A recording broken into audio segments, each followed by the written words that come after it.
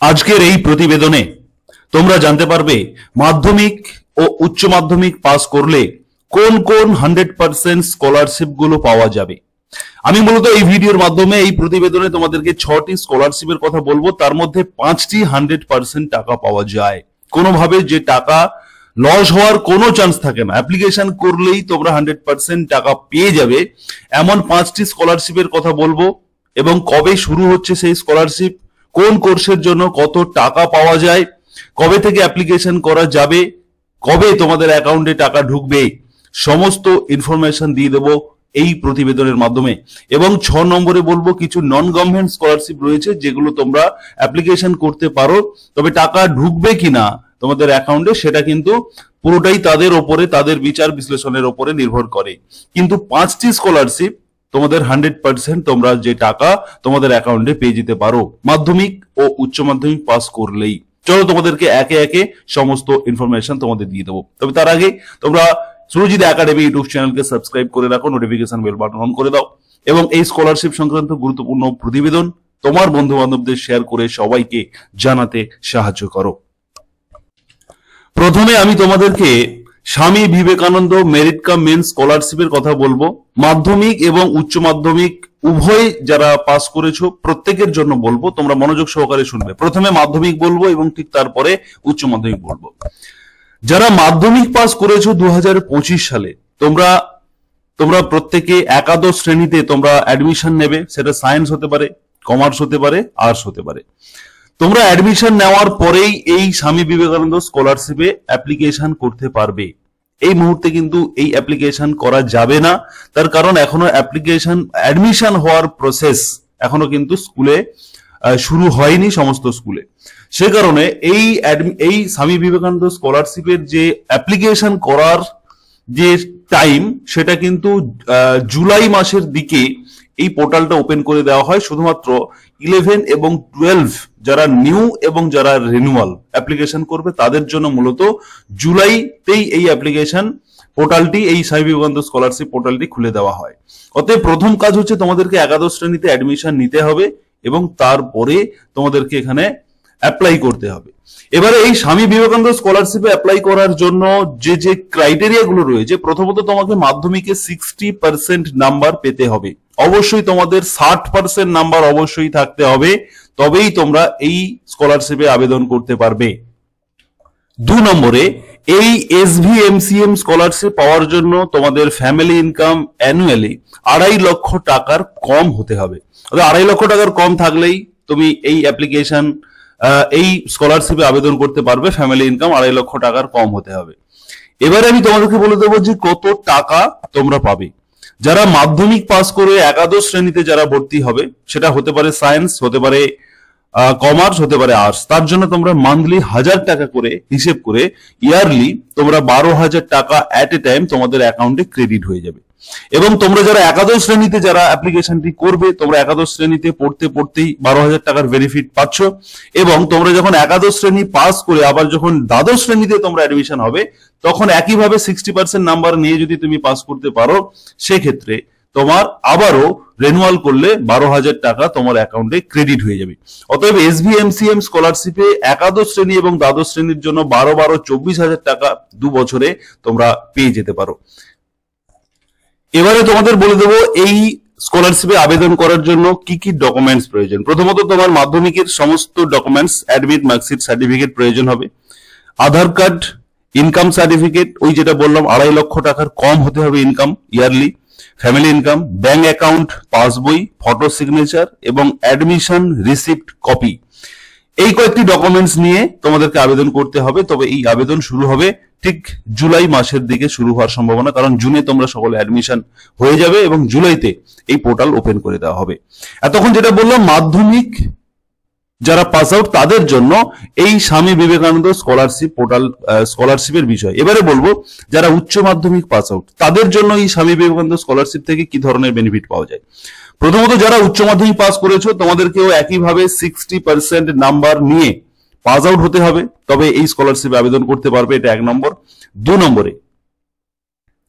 নম্বরে family income অবশ্যই annually, অতএব বছরে 2.5 লক্ষ টাকার কম হতে হবে। ফিনান্সিয়াল ইয়ার, একটা ফিনান্সিয়াল ইয়ারে লাস্ট যে ফিনান্সিয়াল ইয়ার সেই ফিনান্সিয়াল ইয়ারে 2.5 লক্ষ টাকার কম ফ্যামিলি ইনকাম সার্টিফিকেট তোমাদেরকে দিয়ে অ্যাপ্লাই করতে হবে। তার জন্য তোমরা ভিডিও থেকে যে ইনকাম সার্টিফিকেট অনলাইনে করে নেওয়া যায় সেভাবেই করে নিতে হবে। অতএব ইনকাম সার্টিফিকেট তোমাদেরকে আপলোড করতে হবে, ইনকামের প্রয়োজন রয়েছে, যে বিলও হতে হবে 2.5 লক্ষ টাকার, এটা 2 নম্বর।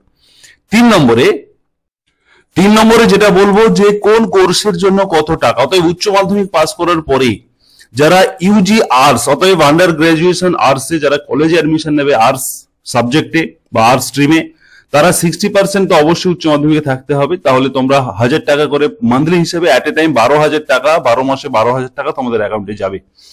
যারা কমার্স নিয়ে পড়বে একইভাবে 12,000 টাকা পাবে, কিন্তু যারা আন্ডার গ্রাজুয়েশন সায়েন্স নিয়ে পড়াশোনা করবে তোমাদের জন্য 18,000 টাকা ক্রেডিট হবে এট এ টাইম, 1500 করে প্রতি মাসে হিসেব করে ধরলে। এবার রয়েছে যারা ইউজি আদার প্রফেশনাল কোর্স, অন্যান্য কোর্সে যদি ইউজিসি অ্যাপ্রুভড কোন কোর্সে তোমরা অ্যাডমিশন হও সেক্ষেত্রেও কিন্তু 1,500 টাকা করে প্রতি মাসে হলে 18,000 টাকা তোমরা ইয়ারলি এট এ টাইম তোমাদের অ্যাকাউন্টে পাবে। এরপরে আমরা দেখবো এখানে পিজির কথা বলা হচ্ছে। আমি এই ভিডিওতে পিজি নিয়ে কিছু বলছি না, আমি যারা উচ্চ মাধ্যমিক দিয়ে কলেজে অ্যাডমিশন হচ্ছে এখানে বলা হচ্ছে যে যদি তুমি ডিএলএড করো, অনেকে উচ্চ মাধ্যমিক কমপ্লিট করার পরে ডিএলএড করে, সেক্ষেত্রেও 1000 টাকা করে 12,000 টাকা ইয়ারলি তাদের অ্যাকাউন্টে ক্রেডিট হবে।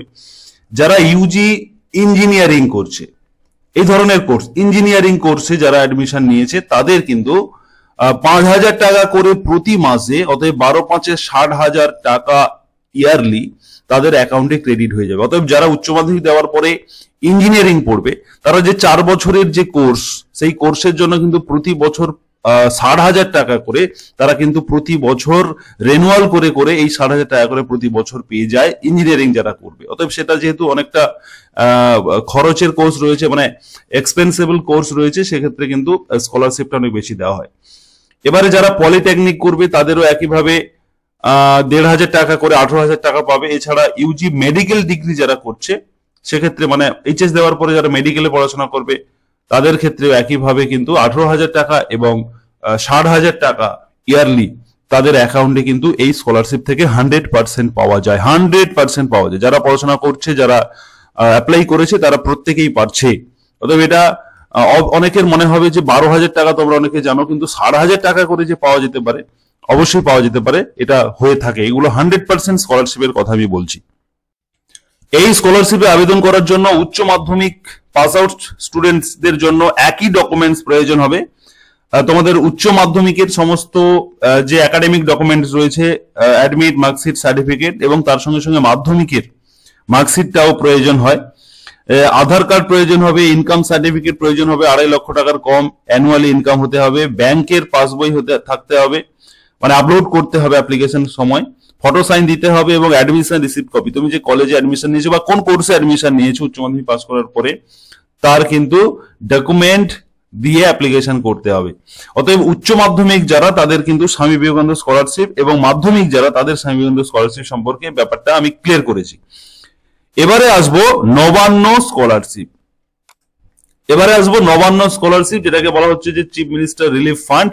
এই স্কলারশিপে যারা মাধ্যমিক পাস আউট এবং যারা উচ্চ মাধ্যমিক পাস আউট বোথ তোমরা অ্যাপ্লিকেশন করতে পারো।